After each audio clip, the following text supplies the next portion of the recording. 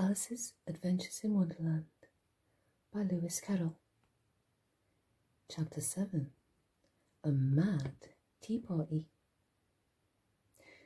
There was a table set out under a tree in front of the house, and the March Hare and the Hatter were having tea at it. A dormouse was sitting between them, fast asleep, and the other two were using it as a cushion, resting their elbows on it and talking over its head. Very uncomfortable for the dormouse, thought Alice. Only as it's asleep, I suppose it doesn't mind.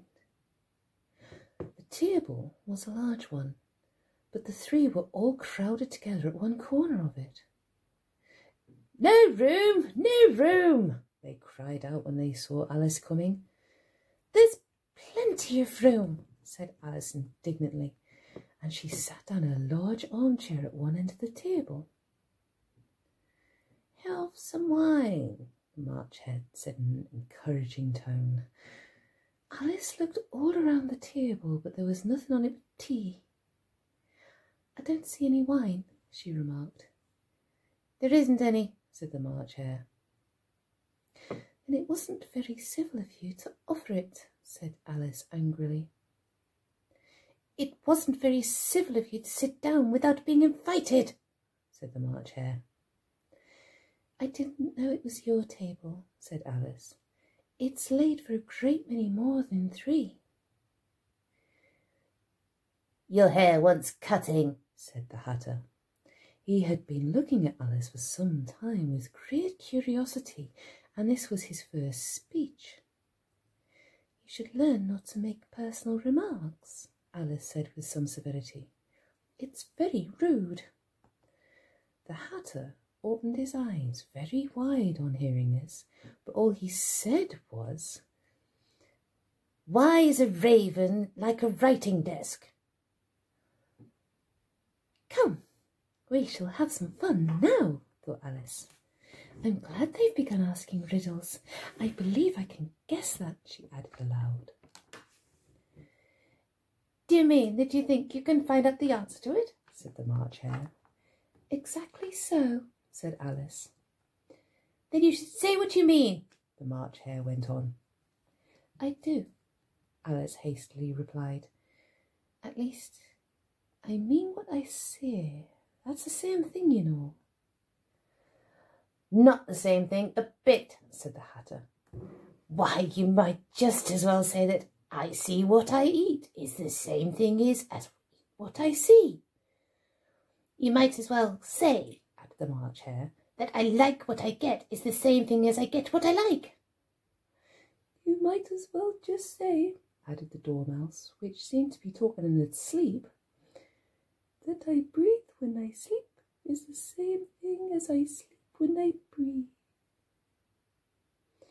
"It is the same thing with you," said the Hatter. Here conversation dropped, and the party sat silent for a minute, while Alice thought over all she could remember about ravens and writing desks, which wasn't much. The Hatter was the first to break the silence. "What day of the month is it?" he said, turning to Alice. He had taken his watch out of his pocket and was looking at it uneasily, shaking it every now and then and holding it up to his ear. Alice considered a little, and then said, "The 4th. "2 days wrong," said the Hatter.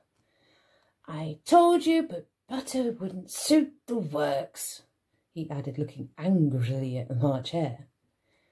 "It was the best butter," the March Hare meekly replied. "Yes, but some crumbs must have got in as well," the Hatter grumbled. "You shouldn't have put it in with the bread knife." The March Hare took the watch and looked at it gloomily. Then he dipped it into his cup of tea and looked at it again, but he could think of nothing better to say than his first remark. "It was the best butter, you know." Alice had been looking over his shoulder with some curiosity. "What a funny watch," she remarked. "It tells the day of the month and doesn't tell what o'clock it is." "Why should it?" muttered the Hatter. Does your watch tell you what year it is? Of course not, Alice replied very readily. But that's because it stays the same year for such a long time together. Which is just the case with mine, said the Hatter. Alice felt dreadfully puzzled. The Hatter's remark seemed to her to have had no sort of meaning in it, and yet it was certainly English. I don't quite understand you, she said as politely as she could. The Dormouse is asleep again, said the Hatter, and he poured a little hot tea upon its nose. The Dormouse shook his head impatiently and said, without opening its eyes, of course, just what I was going to remark myself. Have you guessed the riddle yet? The Hatter said, turning to Alice again. No, I give it up, Alice replied. What's the answer? I haven't the slightest idea, said the Hatter. Nor I, said the March Hare. Alice sighed wearily. I think you might do something better with the time, she said, than wasting it in asking riddles that have no answers. If you knew time as well as I do, said the Hatter, you wouldn't talk about wasting it. It's him. I don't know what you mean, said Alice. Of course you don't, the Hatter said, tossing his head contemptuously. I dare say you never even spoke to time. Perhaps not, Alice cautiously replied. But I know I have to beat time when I turn the music. Ah, that accounts for it, said the Hatter. He won't stand beating.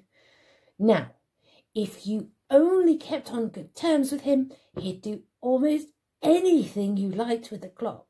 For instance, suppose it were 9 o'clock in the morning, just time to begin lessons. You'd only have to whisper a hint to time, and round goes the clock in a twinkling. 1:30, time for dinner. I only wish it was, the March Hare said to itself in a whisper. That would be grand, certainly, said Alice thoughtfully. But then I shouldn't be hungry for it, you know? Not at first, perhaps, said the Hatter. But you could keep it to 1:30 as long as you liked. Is that the way you manage? Alice asked. The Hatter shook his head mournfully. Not I, he replied. We quarrelled last March, just before he went mad, you know, pointing with his teaspoon at the March Hare. It was at the great concert given by the Queen of Hearts, and I had to sing. Twinkle, twinkle, little bat, how I wonder what you're at. You know the song, perhaps? I've heard something like it, said Alice. It goes on, you know, the Hatter continued, in this way. Up above the world you fly, like a tea tray in the sky. Twinkle, twinkle. Here the Dormouse shook itself and began singing in its sleep. Twinkle, twinkle, twinkle, twinkle, and went on so long they had to pinch it to make it stop. Well, I'd hardly finished the first verse, said the Hatter, when the Queen bawled out, he's murdering the time off with his head. Oh, that's dreadfully savage, exclaimed Alice. And ever since that, the Hatter went on in a mournful tone, he won't do a thing I ask. It's always 6 o'clock now. A bright idea came into Alice's head. Is that the reason so many tea things are put out here? She asked. Yes, that's it, said the Hatter with a sigh. It's always tea time, and we've no time to wash the things between whiles. Then you keep moving round, I suppose, said Alice. Exactly so, said the Hatter, as the things get used up. But what happens when you come to the beginning again? Alice ventured to ask. Suppose we change the subject, the March Hare interrupted, yawning. I'm getting tired of this. I vote the young lady tells us a story. I'm afraid I don't know one, said Alice, rather alarmed at the proposal. Then the dormouse shall, they cried. Wake up, dormouse! And they pinched it on both sides at once. The dormouse slowly opened his eyes. I wasn't asleep, it said in a hoarse, feeble voice. I heard every word you fellows were saying. Tell us a story, said the March Hare. Oh, yes, please do, pleaded Alice. And be quick about it, added the Hatter, or he'll be asleep again before it's done. Once upon a time there were 3 little sisters, the Dormouse began in a great hurry. And their names were Elsie, Lacie and Tilly, and they lived at the bottom of a well. What did they live on? Said Alice, who always took a great interest in questions of eating and drinking. They lived on treacle, said the Dormouse, after thinking about it for a minute or two. They couldn't have done that, you know, Alice gently remarked. They'd have been ill. So they were, said the Dormouse, so very ill. Alice tried a little to fancy to herself what such an extraordinary way of living would be like, but it puzzled her far too much, so she went on. But why did they live at the bottom of a well? Take some more tea, said the March Hare to the Alice, very earnestly. I've had nothing yet, Alice replied in an offended tone, so I can't take more. You mean you can't take less, said the Hatter. It's very easy to take more than nothing. Nobody asked your opinion, said Alice. Who's making personal remarks now? The Hatter asked triumphantly. Alice did not quite know what to say to this, so she helped herself to some tea and bread and butter, and then she turned to the Dormouse and repeated her question. Why did they live at the bottom of a well? The Dormouse again took a minute or two to think about it, and then said, It was a treacle well. There's no such thing. Alice was beginning very angrily, but the Hatter and March Hare went on.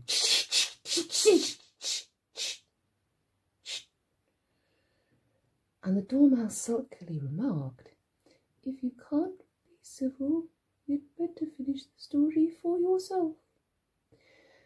Now, please go on, Alice said very humbly. I won't interrupt you again. I dare say there may be one. One indeed, said the Dormouse indignantly. However, he consented to go on. And so those 3 little sisters, they were learning to draw, you know. What did they draw? Said Alice, quite forgetting her promise. Treacle, said the Dormouse without considering at all this time. I want a clean cup, interrupted the Hatter. Let's all move one place on. He moved on as he spoke, and the Dormouse followed him, and the March Hare moved into the Dormouse's place, and Alice rather unwillingly took the place of the March Hare. The Hatter was the only one who got any advantage from the change, and Alice was a good deal worse off than before, as the March Hare had just upset the milk jug onto his plate. Alice did not wish to offend the Dormouse again, so she began very cautiously. But I don't understand. Where did they draw the treacle from? You can draw water out of a water well, said the Hatter, so I should think you could draw treacle out of a treacle well, eh? Stupid. But they were in the well, Alice said to the Dormouse, not choosing to notice this last remark. Of course they were, said the Dormouse. Well in. This answer so confused poor Alice that she let the Dormouse go on for some time without interrupting it. They were learning to draw, the Dormouse went on, yawning and rubbing its eyes, for it was getting very sleepy. And they drew all manner of things, everything that begins with an M. Why with an M? Said Alice. Why not? Said the March Hare. Alice was silent. The Dormouse had closed its eyes by this time, and was going off into a doze. But on being pinched by the Hatter, it woke up again with a little shriek and went on.